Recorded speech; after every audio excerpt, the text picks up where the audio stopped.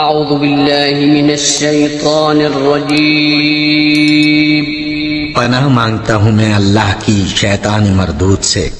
بسم اللہ الرحمن الرحیم شروع اللہ کا نام لے کر جو بڑا مہربان نہایت رحم والا ہے۔ السلام علیکم ورحمۃ اللہ وبرکاتہ۔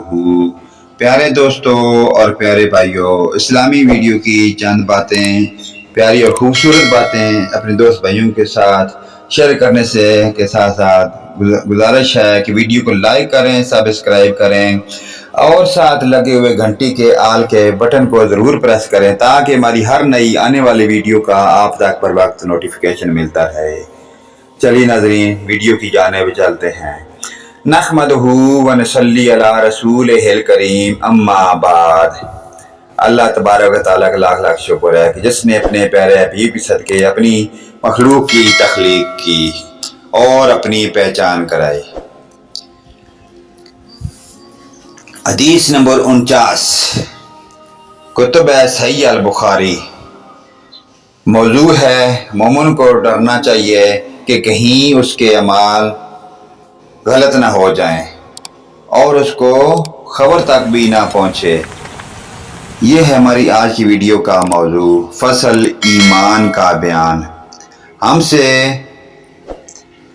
قتیبہ بن سعید نے بیان کیا کہ کہا، ہم سے اسماعیل بن جعفر نے بیان کیا، انہوں نے حمید سے، تو انہوں نے انس رضی اللہ عنہ سے کہا کہ مجھ کو عبادہ بن صامت نے خبر دی کہ نبی کریم صلی اللہ علیہ وآلہ وسلم اپنے حجرہ مبارک سے نکلے تو لوگوں کو شب قدر بتانا چاہتے تھے۔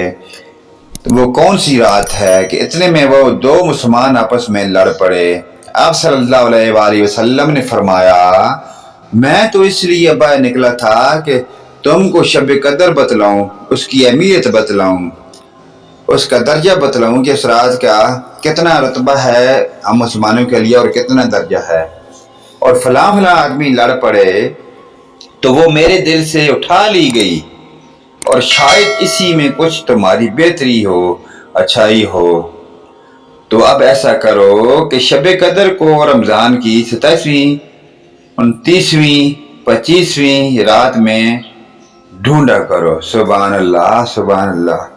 تو ناظرین کرام، اللہ کے پیارے حبیب ہمیں یہی تاکید کر رہے ہیں کہ جب سال کے اندر ماہ رمضان کا پیارا بابرکت مہینہ آتا ہے تو اس میں شب قدر ہم آخری عشرے کی تاک راتوں میں ڈھونڈیں اور اس میں عبادت کریں، شاید ہمارے گناہ بخش دی جائیں اور آخر میں ہمیں اس کا اچھا اور نیک سلام ملے۔ تو ناظرین کرام، جو بھی ہمارے لیے اللہ کے پیارے حبیب نے بات فرمائی وہ برحق اور سچ ہے۔ اللہ پاک ہمیں اپنے پیارے حبیب کے نقش قدم پر چلنے کی توفیق عطا فرمائے۔ نیکسٹ ویڈیو لے کر پیارے دوستوں بھائیوں کے لیے ہم دوبارہ حاضر ہوں گے۔ اجازت دیں، آمین ثم آمین یا رب العالمین۔ وآخرنا دعوانا ان الحمدللہ رب العالمین۔